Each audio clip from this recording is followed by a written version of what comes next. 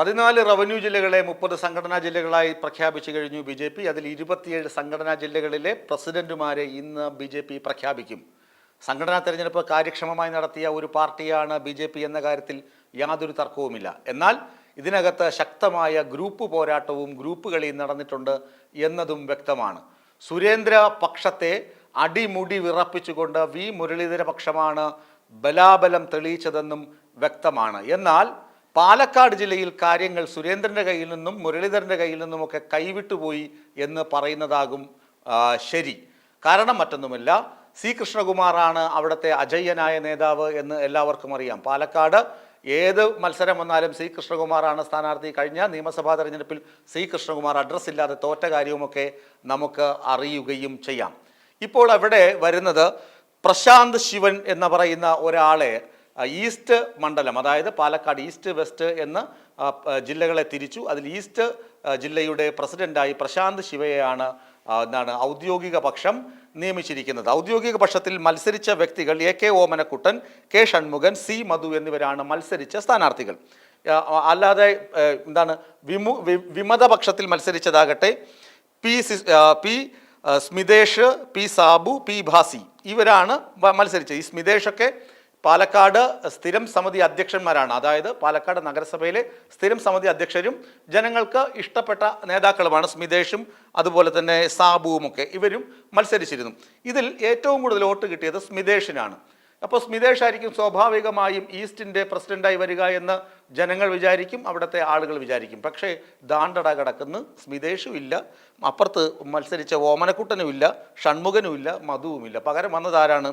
പ്രശാന്ത് ശിവൻ എന്ന് പറയുന്ന ഒരു 35 വയസ്സുകാരനാണ് പ്രസിഡന്റായി വരുന്നത്.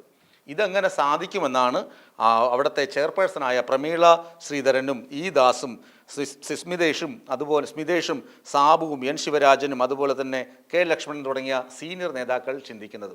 35 വയസ്സ് മുതൽ 60 വയസ്സ് വരെയുള്ളവർക്ക് ജില്ലാ പ്രസിഡന്റുമാരാകാമെന്നാണ് ബൈലോ അനുസരിച്ച് പറയുന്നത്. കൂടാതെ 4 വർഷത്തെയെങ്കിലും പ്രവർത്തന പാരമ്പര്യം വേണമെന്നും ബൈലോ അനുസരിച്ച് പറയുന്നുണ്ട്. ഈ പ്രശാന്ത് ശിവനുള്ള പാരമ്പര്യം എന്ന് പറഞ്ഞാൽ ശ്രീ കൃഷ്ണകുമാറിൻ്റെ പെട്ടി ചുമന്നുള്ള പാരമ്പര്യം മാത്രമേ ഉള്ളൂ.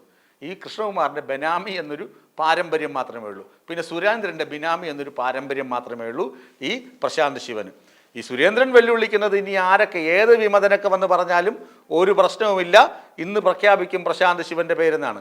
അപ്പോഴിതാ പറയുന്നു, പ്രശാന്ത് ശിവൻ്റെ പേര് പ്രഖ്യാപിച്ചു കഴിഞ്ഞാൽ 9 പേർ രാജിവച്ചിരിക്കും തൽസ്ഥാനങ്ങൾ. നഗരസഭയിലെ ഭരണം അട്ടിമറിച്ചിരിക്കും. പറയുന്നത് ആരൊക്കെയാണ്? N ശിവരാമൻ ദേശീയ കൗൺസിൽ അംഗമാണ്. ദേശീയ കൗൺസിൽ അംഗം ഉൾപ്പെടെയുള്ള ആളുകൾ രാജിവെക്കും, നഗരസഭയുടെ ഭരണം സ്തംഭിപ്പിക്കും. അങ്ങനെ ഇവിടെ ഗ്രൂപ്പ് കളിക്കേണ്ട, അങ്ങനെ ഇവിടെ നിന്റെ ഗ്രൂപ്പും വാഴയ്ക്കൊക്കെ വീട്ടിൽ വെച്ച് പുഴുങ്ങിയാൽ മതി, ഇവിടെ കൊണ്ട് പുഴുങ്ങാൻ നോക്കണ്ട എന്നാണ് N ശിവരാജൻ ഉൾപ്പെടെയുള്ള മുതിർന്ന നേതാക്കൾ പറയുന്നത്. ഇവിടെ പാർട്ടിയുടെ ഒരു കേഡർ സ്വഭാവമുണ്ട്, പാർട്ടിയുടേതായ സംവിധാനമുണ്ട്, ഇഷ്ടക്കാരെ തിരികെ കയറ്റാൻ പറ്റുകയില്ല എന്ന് പറയുന്നു. അങ്ങനെ പാലക്കാട് റവന്യൂ ജില്ലയെ രണ്ടായി തിരിച്ചു, ഈസ്റ്റ് എന്നും വെസ്റ്റ് എന്നും തിരിച്ചു. അതിൽ ഈസ്റ്റിൽ തെരഞ്ഞെടുപ്പ് നടന്നു. തെരഞ്ഞെടുപ്പിൽ സ്ഥിരം സമിതി അധ്യക്ഷനായ സ്മിതേഷിന് 60 പേർക്ക് വോട്ട് ചെയ്യാനുള്ള അവസരമുണ്ട്. അതിൽ ഏറ്റവും കൂടുതൽ വോട്ട് കിട്ടിയത് സ്മിതേഷിനാണ്. സ്വാഭാവികമായും സ്മിതേഷാണ് ഈസ്റ്റിൻ്റെ പ്രസിഡന്റായി വരേണ്ടത്. ഈസ്റ്റിൻ്റെ പ്രത്യേകത, പാലക്കാട് നിയമസഭാ മണ്ഡലത്തിൻ്റെ പ്രധാനപ്പെട്ട ഭാഗങ്ങളൊക്കെ വരുന്നത് ഈസ്റ്റിലാണ്. തെരഞ്ഞെടുപ്പ് കമ്മിറ്റി ഓഫീസും എല്ലാം ചുക്കാൻ പിടിക്കേണ്ട ചുമതല ഈസ്റ്റിനാണ് വരുന്നത്. അപ്പോൾ ഈസ്റ്റിന് ഒരുപാട് പ്രാധാന്യമുള്ള പ്രസിഡന്റാണ്. അതുകൊണ്ട് തന്നെയാണ് ഈസ്റ്റിൽ ഇവർ അവരുടെ ഇഷ്ടക്കാരനെ, സുരേന്ദ്രനും സി കൃഷ്ണകുമാറും അവരുടെ ബിനാമിയെ ഇഷ്ടക്കാരനെ അവിടെ നൂലുകെട്ടി ഇറക്കിയത്. അത് വച്ച് വെറുപ്പിക്കാൻ പറ്റില്ല. അങ്ങനെ ഇറക്കിക്കഴിഞ്ഞാൽ ഞങ്ങൾ പാലക്കാട് നഗരസഭയിൽ 9 കൗൺസിലർമാർ രാജിവെക്കുമെന്ന രാജിഭീഷണിയാണ് മുഴക്കിയിരിക്കുന്നത്. അതുകൊണ്ട് തന്നെ പാലക്കാട് പൊട്ടിത്തെറി, BJPയിൽ പൊട്ടിത്തെറി എന്ന് പറയുന്നതിൽ യാതൊരു സംശയവുമില്ല. ഈ രാജി വയ്ക്കുകയാണെങ്കിൽ, ഈ കടുത്ത പ്രതിസന്ധി പാലക്കാട് നേരിടുമ്പോൾ ഈ രാജി വരികയാണെങ്കിൽ പാലക്കാട് നഗരസഭ വീഴും. പാലക്കാട് നഗരസഭ വീഴുമ്പോൾ ഈ നേതാക്കളൊക്കെ കൂട്ടപ്പലായനം ചെയ്യുമ്പോൾ എന്താണ്, സന്ദീപ് വാര്യർ ഓപ്പറേഷനുമായി സാക്ഷാൽ VD സതീശൻ അവിടെ കാത്തു നിൽപ്പുണ്ട്, പിളർന്നു നിൽപ്പുണ്ട്.